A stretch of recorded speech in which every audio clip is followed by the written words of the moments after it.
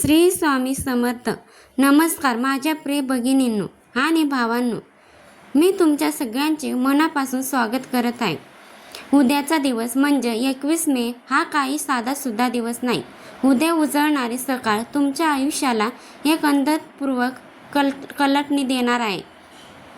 उद्या वर्षातील सर्वात मोठा, सर्वात पवित्र आणि चमत्कारिक असा गुरु पुष्पामृत योग जुळून येत आहे. आणि सर्वात महत्त्वाची, मोठी आश्चर्याची आणि भाग्याची गोष्ट म्हणजे ह्या गुरु पुष्पामृत सोबतच अधिक मास धोंड्याचा महिनासुद्धा सुरू आहे. अशा दुर्मिळ योग शतके जुळून येत नाही.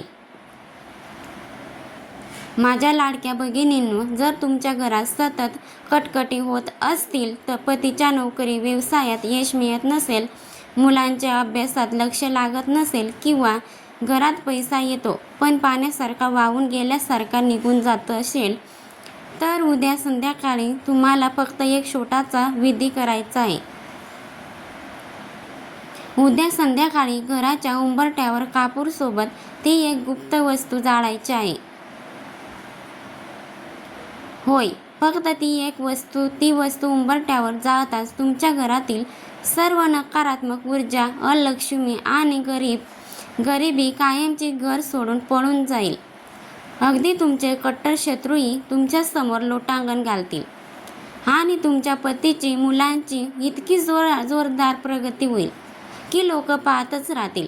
ती एक चमत्कारिक वस्तू कोणती आहे, ती कशी जाळायची आणि तिची ताकद काय आहे, हे मी तुम्हाला आजच्या व्हिडिओत अगदी सविस्तर सांगणार आहे. हा उपाय मी स्वतः अनुभवलेला आहे आणि याचे रिझल्ट 100% मिळतात. आता एक गोष्ट लक्ष देऊन ऐका. पुढे जाण्यापूर्वी जर तुम्ही चॅनलवर नवीन असाल तर आताच आपल्या चॅनलला सबस्क्राईब करा. लाईक केलं नसेल तर लाईक करा, शेअर करा आणि सबस्क्राईब करायला विसरू नका. आणि हो, या पवित्र योगाचा लाभ मिळवण्यासाठी कमेंट बॉक्समध्ये आता श्री स्वामी समर्थ, ओम नमः शिवाय आणि ओम नमो भगवते वासुदेवाय लिहायला अजिबात विसरू नका. तुझी एक कमेंट तुमच्या नशिबाचे कुलूप उघडू शकते. माझ्या माता भगिनींनो, शास्त्रामध्ये गुरु पुष्पामृत योगाला सर्व रिद्धी सिद्धी योग म्हटले गेलेले आहे. या दिवशी आपण जे काही स्वस्तिक उपाय करतो त्यांचे फळ आपल्याला 1000 पटीने मिळते. त्यातही अधिक मास हा भगवान विष्णूंचा महिना मानला जातो. गुरुग्रह हा संपत्ती आणि ज्ञान, विवाह आणि भाग्याचा कारक आहे. जर पुष्प नक्षत्र हे नक्षत्राचा राजा आहे. विचार करा, जेव्हा नक्षत्रांचा राजा देवांचा गुरु बृहस्पती आणि भगवान विष्णूंचा अधिक मास एकत्र येतो, तेव्हा ब्रह्मांडातून किती प्रचंड सहकार्यात्मक ऊर्जा पृथ्वीवर येत असते. पण बरेचदा काय होते माहिती आहे का? आपल्या घरात खूप कष्ट करूनही पैसा टिकत नाही, कारण घरात असलेले नकारात्मक नजर किंवा शत्रुबाधा. अनेकदा आपल्यालाच नातेवाईकांमध्ये किंवा शेजाऱ्यांमध्ये असे काही लोक असतात ज्यांना आपली प्रगती सहन होत नाही. त्यांचे वाईट नजर आपल्या घरावर, पतीच्या कामावर आणि मुलांवर पडते. तुम्हाला वाटेल, ताई आम्ही तर कोणाचं वाईट करत नाही, मग आमच्यासोबत असं का होतंय? निसर्गाचा एक नियम आहे, जेव्हा झाडाला गोड फळं लागतात तेव्हा लोक त्यांच्यावर दगड मारतात. तुमचं कुटुंब सुखी आहे हे बघून लोकांचे डोळे जळतात. हीच जळजळ, हीच वाईट नजर आपल्या प्रगतीला खीळ घालते. उद्या सकाळी उंबरठ्यावर जो उपाय आपण करणार आहोत तो ह्याच वाईट शक्तीचा समोर उच्चाटन करणार आहे. जो उपाय केल्यावर शत्रूची वाईट नजर तर दूर होईलच, पण तो शत्रू स्वतःहून तुमच्याशी मैत्री करायला पुढे येईल. आता तुमच्या मनात उत्सुकता असेल की ताई, कापुरासोबत उंबरठ्यावर नेमकी कोणती वस्तू जाळायची आहे? चला तर मग त्या महाचमत्कारिक वस्तूवरून मी पडदा उठवते. ती वस्तू दुसरी तिसरी कोणतीही नसून आपल्या स्वयंपाकघरात सहज मिळणारी पण तंत्रशास्त्रात अत्यंत उच्च स्थान असलेली काळी मिरी, ब्लॅक पेपर म्हणतात त्याला, आणि सोबतच भीमसेनी कापूर व 2 लवंगा आहे. होय, तुम्ही बरोबर ऐकलं. काळी मिरी. पण थांबा, ही काळी मिरी नुसती जळायची नाही. तिची एक विशिष्ट संख्या आहे, एक विशिष्ट वेळ आहे आणि ती जाळताना तोंड कोणत्या दिशेला असावे त्याचे काही कडक नियम आहे. जर तुम्ही चुकीच्या पद्धतीने हे केलं तर त्याचा फायदा होणार नाही. त्यामुळे व्हिडिओ अजिबात स्किप न करता शेवटपर्यंत नीट समजून घ्या. काळी मिरी ही नकारात्मक ऊर्जा शोषून घेणारी सर्वात शक्तिशाली वस्तू मानली जाते. जेव्हा आपण सोबत उंबरठ्यावर विशिष्ट मंत्राचा उच्चार करून जाळतो, तेव्हा घरात निर्माण होणारा धूर घराच्या वस्तू, दोष आणि नजर दोषीला एक झटक्यात नष्ट करतो. चला तर माझ्या माता भगिनींनो, आता तुमची वही आणि पेन घ्या किंवा हा भाग अत्यंत काळजीपूर्वक ऐका. उद्या 21 मे रोजी संध्याकाळी आपल्याला जे 3 चमत्कारिक उपाय करायचे आहे ते मी तुम्हाला कृतीसह आणि त्यामागच्या शास्त्रासह अगदी सोप्या भाषेत सांगते. उपाय पहिला, उंबरठ्यावरील मुख्य उपाय शत्रुनाशासाठी, नजरदोषीसाठी आणि प्रगतीसाठी. हा उपाय उद्याच्या संपूर्ण दिवसभरात मुख्य कणा आहे. घराचा मुख्य उंबरठा हा केवळ येणारा जाणारा रस्ता असून तो लक्ष्मीचे आगमन आणि नकारात्मकतेला रोखणारा मुख्य उंबरठा असतो. अचूक वेळ उद्या संध्याकाळी सूर्यास्तानंतर म्हणजेच प्रदोष काळात साधारण 6:30 ते 7:30च्या दरम्यान, जेव्हा दिवस आणि रात्री एकत्र येतात त्या संधी काळात हा उपाय करायचा आहे. लागणारे साहित्य: 1 मातीची नवी पंती किंवा तांब्या पितळेचे छोटे पात्र, 4 छोटे तुकडे शुद्ध भीमसेनी कापूर, अखंड काळी मिऱ्या, कुठेही डाग नसलेल्या किंवा तुटलेल्या नसाव्यात, 2 संपूर्ण लवंगा, ज्वालावरती गोल फूल असेल, तुटलेले लवंग वापरू नका. पूर्ण तयारी सांगते. पूर्वतयारी काय करायची? संध्याकाळी घर स्वच्छ झाडून घ्या.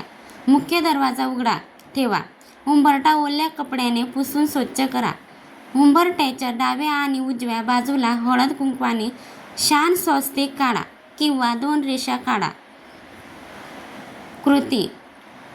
कृती सांगते. आता त्या पंक्तीमध्ये भीमसेनी कापूर ठेवा. त्यावर 7 काळ्या मिऱ्या आणि 2 लवंग ठेवा. ही पंक्ती तुमच्या उंबरठ्याच्या बरोबर मध्यमोध किंवा उंबरठ्याबाहेर उजव्या बाजूला ठेवा. आता कापूर पेटवा. जाळताना काय म्हणावे सांगते. कापूर पेटत असताना डोळे बंद करून हात जोडून तुमच्या कुलदेवीचे आणि कुलदेवतेचे स्मरण करा. त्यानंतर मनातल्या मनात, मला हे कुलदेवी, हे वास्तुदेवता, उद्याच्या या पवित्र गुरुपुष्पामृत आणि अधिक मासाच्या शुभयोगावर माझ्या घरातील सर्व नकारात्मकता, अलक्ष्मी, आजारपण आणि शत्रूची वाईट नजर ह्या अग्नीत जळून भस्म होऊ दे. माझ्या पतीच्या कामातील अडथळे दूर होऊ दे आणि माझ्या मुलांचे रक्षण कर. शास्त्रातील ह्याच शास्त्र आणि फायदा सांगते, ऐका. काळी मिरी जाळताना जो तिखट आणि उग्र धूर निघतो तो घरातील वाईट शक्तींना आणि वास्तुदोषाला खेचून बाहेर काढतो. भीमसेनी कापुराचा सुवास घरात सकारात्मकता आणते. हा उपाय केल्यावर अवघ्या काही दिवसातच घरातील कटकट थांबेल, पतीच्या कामात पैसा खेळू लागेल आणि शत्रू जे तुमच्या पाठीमागे कुरापती काढत होते ते तुमच्यासमोर नमते घेतील. उपाय दुसरा सांगते, ऐका.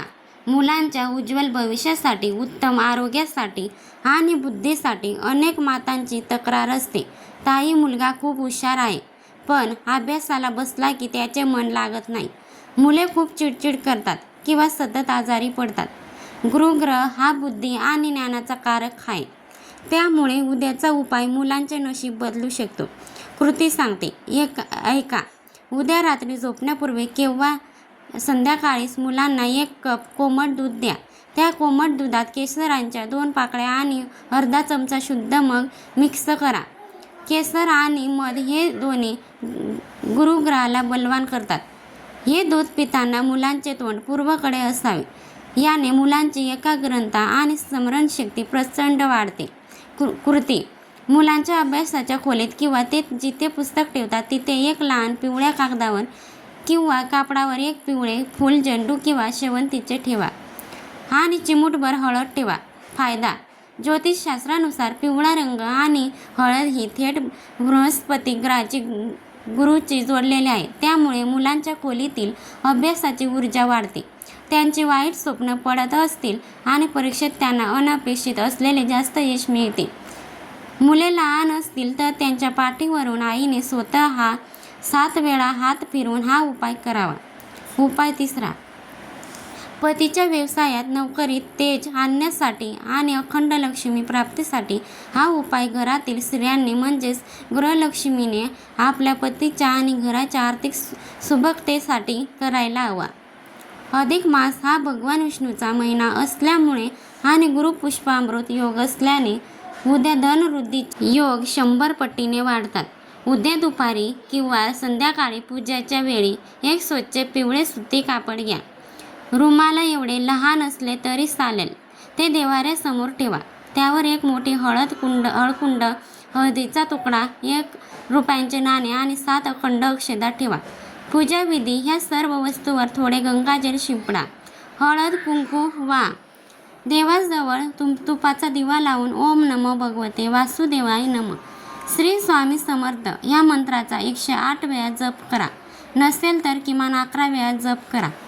पूजा झाल्यानंतर ती पिवळी कापड एकत्र करून त्याची एक छोटी पोटली गाठोडे तयार करा. ही पोटली तुमच्या पतीच्या व्यवसायाच्या ठिकाणी, गल्ल्यात किंवा घरातील तिजोरीत जिथे तुम्ही पैसे आणि दागिने ठेवतात तिथे ठेवून द्या. तंत्रशास्त्रामध्ये याला कुबेर भंडार पोटली म्हणतात. गुरुपुष्प अमृत नक्षत्रावर सिद्ध झालेली ही पोटली घरात असेल तर तिथे कधीही पैशांची कमतरता भासत नाही. पतीच्या नोकरीत प्रमोशनचे योग येतात. व्यवसायात अडकलेले पैसे अनपेक्षितपणे परत मिळतात. आणि घरात येणारा पैसा विनाकारण आजारपणावर किंवा कोर्ट कचेरीवर खर्च होत नाही.